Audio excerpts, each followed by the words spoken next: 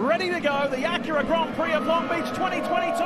Get ready. Green. Wastes no time, drops the hammer and just dumps Newgarden. And look at Palou fighting for position. What does Newgarden do here in the brake zone? Rosenquist trying to decide which way to go. Almost 3 wide from Alexander Rossi. 2 by 2 through turn 1. So far, so good as they head into the fountain. Rosenquist in that blue and orange, that papaya McLaren machine did really well to fend off Alexander Rossi, who was forceful. Slammed into the tire barriers. Hinch, he is out of this race. By the time he came into the camera view, he already had that inside front locked up. Joe, just a little bit too much speed in, a little bit too hard on the brake pedal there, and yeah, an unfortunate end of the day for the number 4 car. That's a good lick. That's a pretty quick corner, Townsend. So tricky in turn 1.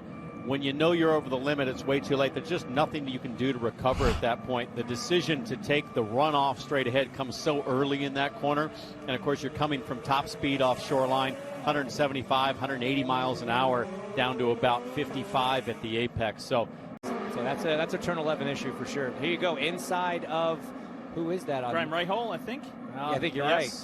And got into the back of the Meyer Shank car there. I think that was Castro Neves he got in the back of. Sure was. And sheared off the tip of the nose, and then there's some kind of electronic sensor hanging out of. That's a radio cord. Here we go, in the draft, heading down to 1. Is Rossi close enough this time? Will he be more desperate? Yes, he is! They collide! Is there any damage to Rosenquist's Arrow McLaren Chevy? Is there any damage to Rossi's car on the side? And this is going to be close. On shoreline drive now is Colton Herta. It's such a long pit lane, though. You've got to stay on that limit, or now Newgarden's off the button and accelerating. Here comes Newgarden. Here comes Colton Herta.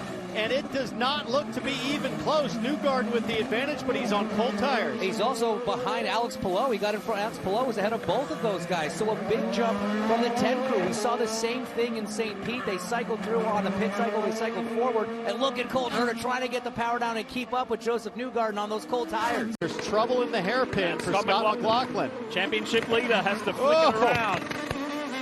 That was some handy stuff right there. That was a bit of a risky move around a blind corner. Let's get a replay of what happened to Scott McLaughlin. He's coming up behind Tatiana Calderon and just clips the inside wall. Right rear. This is the kicker. This is the hairpin kicker. Watch the right rear. He's just trying to keep it tight so he can get a good run off to pass the 11, but he hits with the middle of the side pod. I don't think there's not going to be any suspension damage. He'll be racing Newgarden at the end of pit lane. What happened with Palou? How did he jump us by so much? Just had a little bit of a slow stop there, but. So Townsend, to your point, you have said it from the beginning of the year at St. Pete. He has since come on the radio, said, I am absolutely just stuck here. There's nothing I can do. You saw his dad, Brian Herta, on the bottom left of your screen just moments ago, doing his best to calm down his son and his driver. If anyone knows how to calm him down, it would be his dad, Brian Herta. But again, Colton trying to keep composed, knowing he has the best car, and there's still 49 laps to go in this race. Got to get around. Here we go on the brakes. Bit of a hits that bump there, bottoms out, big brake lock, and just was just holding on. I mean, could not get that tire. You see how aggressive that bump is. It is. Lifts the tire off the ground, it locks up, and off you go. But you know, that's exactly what we showed with that pit stop comparison. It was the in lap.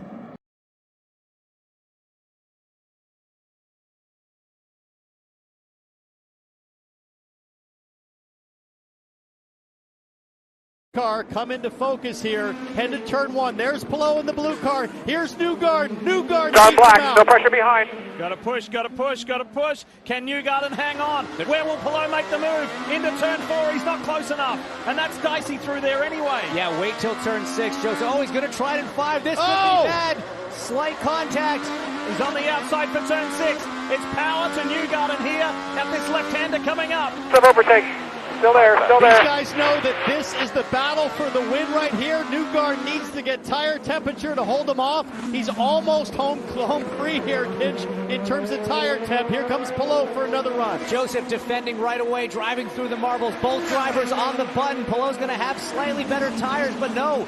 Joseph defends enough. Palou really, I think, lost his chance by trying in turn 5 and not waiting until turn 6. They put him in the wrong side. He's got one more section on those red sidewall tires, so they come from Marcus Ericsson in the wall. He keeps it going, but that will be a game over. No! And he gets out Dixon. His teammate hits him from behind. today, Joseph Newgarden and the 2 team, they really had to earn it. So we don't like to see races finish under yellow, but this one was unavoidable.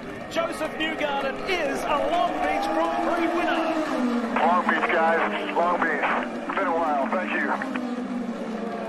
I was walking out of the media room when we finished the press release or the press conference for qualifying. And he goes, "Hey, Joseph, so real quick, at what point does Colton Herta check out tomorrow?" And I just took like total offense to that. Like, this guy assumed he was going to run away with the race. I was like, no way we're letting that happen. So I was pretty determined today. Alex was fast. I think we had him covered for sure.